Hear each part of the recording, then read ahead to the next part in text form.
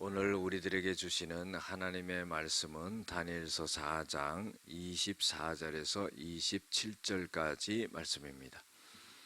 왕이여 그 해석은 이러하니이다. 곧 지극히 높으시니가 명령하신 것이 내 주 왕에게 미칠 것이라. 왕이 사람에게서 쫓겨나서 들짐승과 함께 살며 소처럼 풀을 먹으며 하늘 이슬에서 젖을 것이요 이와 같이 7대를 지낼 것이라. 그때에 지극히 높으시니가 사람의 나라를 다스리시며 자기의 뜻대로 그것을 누구에게든지 주시는 줄을 아시리이다. 또 그들이 그 나무 뿌리에 그루터기를 남겨두라 하였은즉 하나님이 다스리시는 줄을 왕이 깨달은 후에야 왕의 나라가 견고하리이다. 그런즉 왕이여 내가 아뢰는 것을 받으시고 공의를 행함으로 죄를 사하고 가난한 자를 긍휼히 여김으로 죄악을 사하소서. 그리하시면 왕의 평안함이 혹시 장구하리이다 하니라. 아멘. 오늘은 다니엘의 꿈의 해석과 조언이라는 그런 제목을 갖고 함께 은혜를 나누고자 합니다. 바벨론의 느부갓네살 왕이 꿈을 꾸지요. 한 나무가 땅에서 하늘 꼭대기까지 닿는 그런 꿈을 꿉니다. 그래서 잎사귀도 무성하고 열매도 많고 새들도 깃들고 짐승들은 전부 그 그늘에서 쉬고 그 열매를 먹고 그럽니다. 한 천사가 내려와 가지고 그 나무를 잘라버리죠. 그래서 이제 그루터기만 남게 되는 그런 역사가 일어나게 됩니다. 그런데 이 이상한 꿈을 꾸고는 꿈을 해석할 자가 없었어요. 그래서 다니엘이 또 등장을 해서 꿈을 해석하게 되죠. 그래서 그 해석하는 꿈을 갖다가 이 왕에게 말해주는 겁니다. 자, 보면은요, 왕이시여, 왕이 꾸신 꿈의 해석은 바로 이렇습니다 하는 거예요. 지극히 높으시니가, 이건 하나님을 말하는 거죠. 하나님의 명령하신 것이 내 주 왕에게 미칠 것입니다. 이 말은요, 하나님께서 왕에게 보여준 그 꿈이 이루어질 것입니다 하는 그런 말입니다. 그런데 그 꿈은 왕이 사람들에게서 쫓겨날 것입니다 그런 거예요. 그리고 들짐승들과 함께 살 것이고 소처럼 풀을 먹을 것이고 하늘에서 내리는 이슬을 맞고 살 것이고 이와 같은 일을 7년을 겪을 것입니다 그런 거예요. 청천벽력 같은 말입니다. 잠을 안 잤으면 꿈을 안 꿀 건데 그 잠을 자가지고는 그 꿈을 꾼 거예요. 쓸데없이 자면은 개꿈을 꿉니다. 그렇죠? 근데 이 꿈을 꿔가지고는 이 고생을 하는 거예요. 그런데 보면은 굉장한 권세와 능력과 위치를 갖고 부귀영화를 누리던 이 느부갓네살 왕이 하루아침에요 완전히 멸망한 겁니다. 짐승처럼 되고 하늘에서 이슬을 피할 길이 없어서 그 이슬을 다 막고 소처럼 풀을 뜯어먹으면서 먹을 것이 없어서 그렇게 다니고 이건 뭐 상상할 수 없는 일이죠. 야, 내 인생에서 이런 일이 일어날 수 있을까?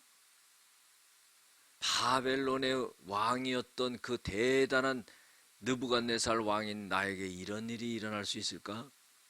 그런 일이 일어나는 거예요. 여러분들 우리 인생 가운데도 그렇지 않습니까? 우리가 당하고 봐야 아이고, 이런 일이 일어나는구나. 우리가 세계 역사 속에서도요, 1차 세계대전, 2차 세계대전, 어마어마한 사람들이 죽었습니다. 젊은 사람들이요, 꽃을 피워보지도 못하고 다 죽었어요. 그런 일이 내 인생 속에서 일어날 수 있을까? 그런 일을 당해서 죽은 거예요.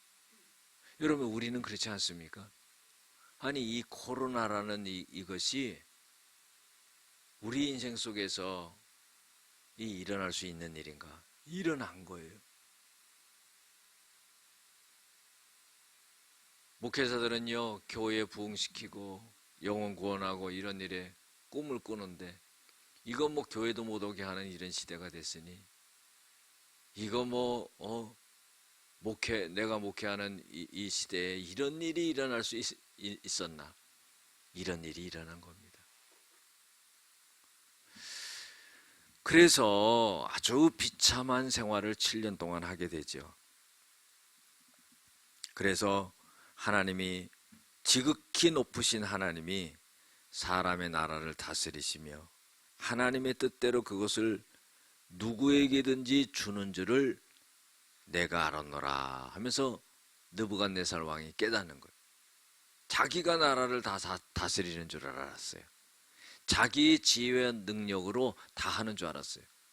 그런데요, 그 높은 자리에 있다가 그 낮은 자리로 내려가 보니까, 이거는 하나님이 다 하시는 거구나.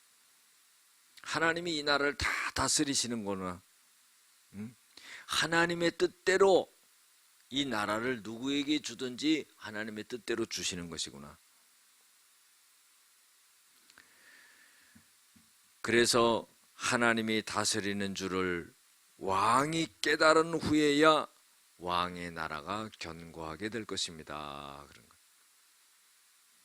이 말씀은 뭡니까? 여러분들, 하나님께서 이 온 나라를 다스리는 것을 알게 된 후에야, 깨닫게 된 후에야, 그 교만함에서 벗어난 후에야 하나님이 회복시켜서 다시 견고하게 세워준다 하는 겁니다.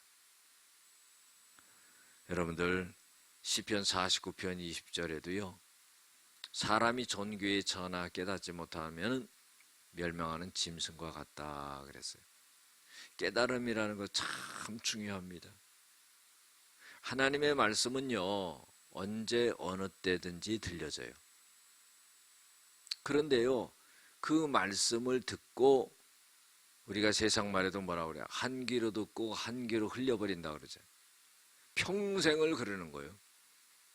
예. 예배 드릴 때, 말씀 들을 때는 은혜 받는 것 같고 한 귀로 듣지만은 교회 문 밖을 나가면서 다 흘려버리고요. 하다못해 그 주일날 제목이 뭔지, 말씀이 뭔지, 본문이 뭔지도 몰라요. 다 흘려버리는 거예요.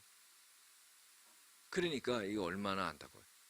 우리가 깨달은 말씀을 갖고 그 말씀을 마음에 간직하고 그 말씀을 부여잡고 한 주간 기도하고 하나님 바라보고 이렇게 살아가야 되는데 평생을 그렇게 사는 거예요. 은혜도 없고 응답도 없고 깨달음도 없고, 그러면 이거 얼마나 무모합니까? 우리가요, 깨달음이 있어야 돼요. 말씀도 들을 때요, 깨달음이 있어야지요. 아주 그 말씀이 달고 묘하고, 야, 하나님이 정말로 우리를 말씀으로 인도하시는구나, 이거를 알아야 된다는 거. 그의 응답도 말씀으로 오는 게 정확한 겁니다. 참 놀랍죠. 우리가 어떤 문제 속에 있을 때 기도하고 하나님의 말씀에 응답이 옵니다.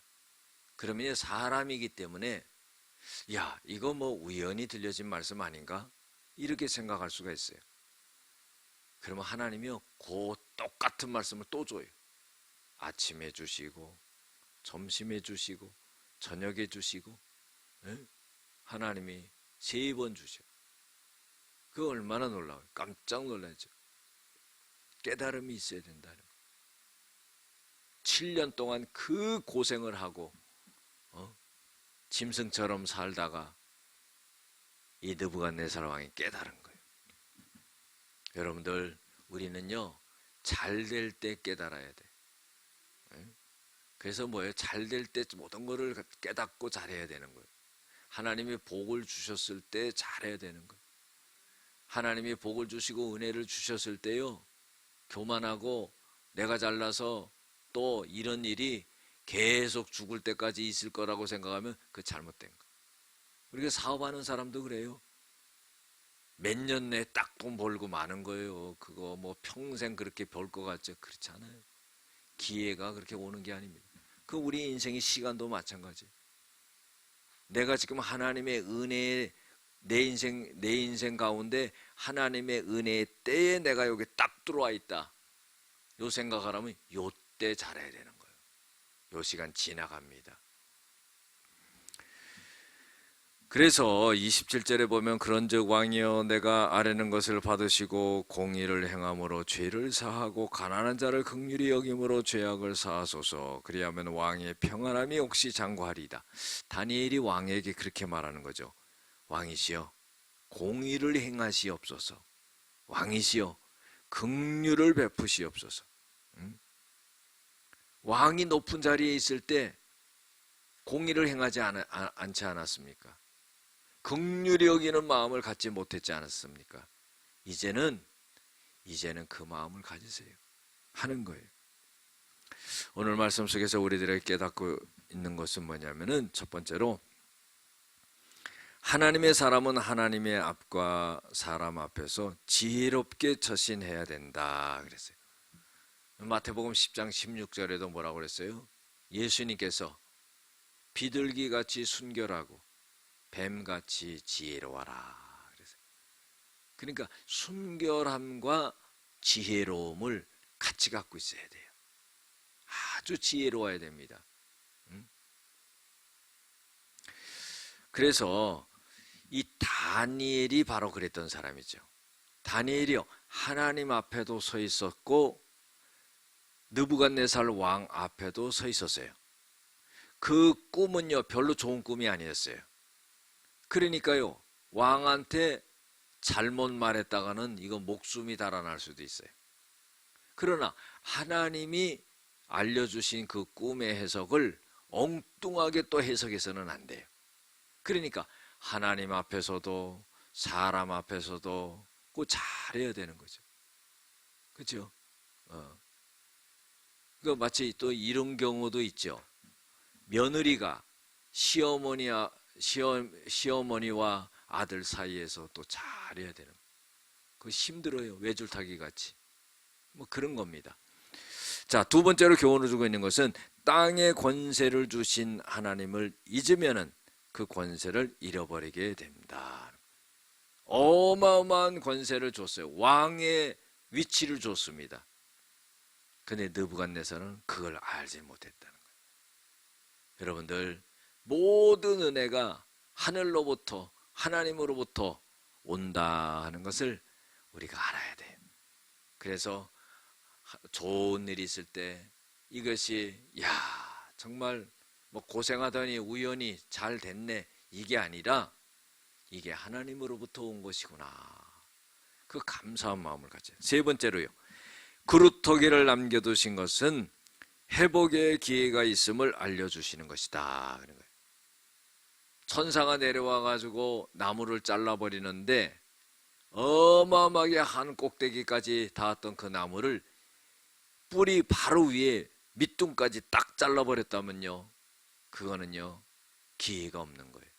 그런데 그래도 그루터기를 남겨둔 겁니다. 어느 정도만 자른 거예요. 그러니까 뭐예요? 다시금 회복할 수 있는 그런 기회를 갖다가 주셨다는 겁니다. 여러분들, 혹시나 우리가 하나님이 우리를 한없이 낮추셨을 때 모든 것이 끝났다 이렇게 생각하면 안 되고, 하나님이 다시금 우리에게 기회를 주신다 이런 믿음을 가져야 돼요. 네 번째로요, 하나님은 교만을 심판하시지만은 회개의 기회를 주신다는 거예요. 그래서요, 하나님 우리를 돌이키기를 원하시는 거예요. 다섯 번째로요, 회복은 공의와 긍휼을 행하는 믿음의 결단이 필요하다 그랬어요. 느부갓네살 왕이 회복되고 나서는요, 이제는 공의를 행해야 돼요. 예. 하나님의 뜻이 무엇인지를 알아야 돼요. 의로움을 행해야 돼요. 그리고요, 긍휼을 베풀 수 있어야 돼요. 잘 먹고 잘 살고 높은 지에 있었으니까 어렵고 힘든 사람들을 모르는 거예요. 그걸 갖다가 잘 읽어내야 돼요. 여러분들 우리도 마찬가지예요. 이 새벽에요, 나와서 기도하는 거 쉽지 않습니다. 진짜 영적으로 전투하러 나온 거예요. 그래서 어렵고 힘들고 병들고 문제 있고 이런 분들을 위해서 중보 기도를 해줘야 돼요. 하나님이요, 자기만을 위해서 기도하고요, 또 자기 가족만을 위해서 기도하고 이런 사람에게 대해서는 하나님이 뭐라 그러시겠어요? 너는 네 문제만 생각하냐 이 말이야. 네가 고통스럽고 네가 괴로워하고 거기서만 네가 벗어나려고 하느냐. 네 옆을 봐라. 너보다도 더 고통스럽고 괴롭고 힘들고 어려운 문제에 고통 가운데 휩싸여 있는 사람이 있지 않느냐. 그들을 위해서 기도해라. 우리가 그래서요, 적어도 새벽 기도에 나오는 분들은 그런 마음을 갖고 중보 기도를 하고 할 수 있는, 그에 대해 하나님은 중보 기도하는 자들에게요, 자기의 문제는 해결해 주세요. 그 믿음을 가져요. 제가 여기서도 말씀드리지만은 다 성도님들 이름을 불러가면서 다 기도하죠. 우리 요셉의 요한이는요, 하나님 맨 끄트머리 기도합니다. 맨 끄트머리. 하나님 영광에 살게 해주세요. 간단하게 기도해요. 어쩔 때는 시간 없어서 못 해줄 때도 있어요. 아니 내 자식 제일 먼저 기도해야 되는 거 아닙니까? 제일 끄트머리 제가 기도해요. 왜? 다른 분의 중보 기도를 다 해야 돼요. 그런데요, 복은 끄트머리 기도한 사람에게 와. 이상하죠. 가만히 보면은, 야, 내가 내 힘으로 기른 거 하나도 없는데 다 잘 됐어. 그냥 그대로 그냥. 그렇죠? 그러니까 우리 중보 기도가 중요하다. 이기적인 기도가 아니라 중보 기도를 할 때 하나님 역사. 기도하겠습니다.